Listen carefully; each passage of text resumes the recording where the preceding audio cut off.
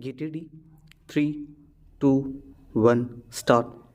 Mr. K.M. Sinha, learned senior counsel appearing for the appellant, submitted that this court has held that the beneficial provisions of the Act are to be applied only for the purpose of interpretation of the Act and not for arriving at a conclusion whether a person is juvenile or not, and the question whether an offender was juvenile on the date of commission of the offense or not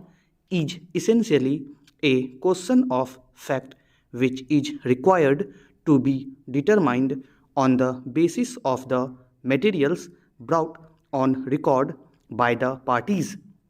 He submitted that this court has further held that Section 35 of the Evidence Act, which provides that an entry in a register maintained in the ordinary course of business by a public servant in discharge of his official duty or by any other person in performance of a duty especially enjoined by the law of the country will only apply if the conditions mentioned in Section 35 are fulfilled.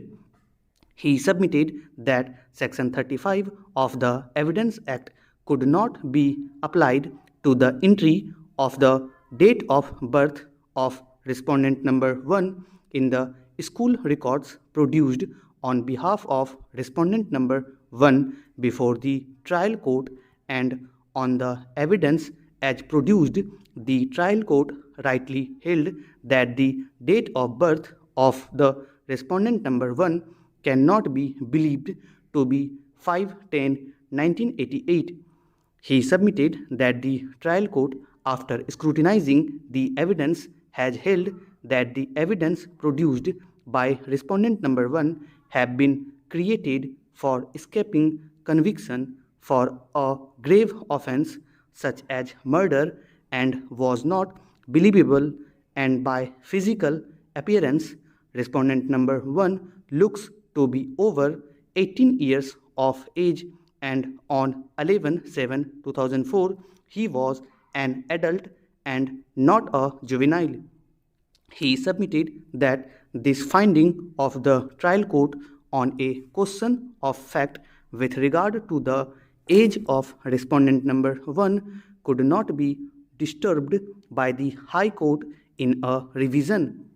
In support of this proposition, he relied on Sita Mani Rao versus State of UP 1986 4 SCC 447, in which this court has held that the High Court, while exercising its jurisdiction under Articles 226 and 227 of the Constitution, should not interfere with a finding of fact of the inferior court or tribunal except where the finding was perverse and not based on any material evidence or has resulted in manifest injustice.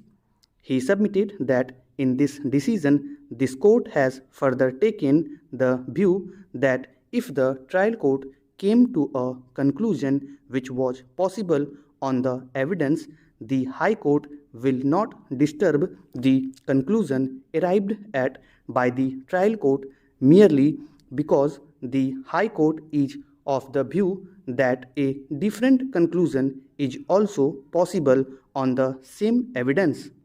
He vehemently argued that the High Court has lost sight of these limitations of its jurisdiction, and on the basis of its own appraisal of the evidence taken a view that the respondent number 1 was a juvenile on the date of the commission of the offense and has set aside the order of the trial court.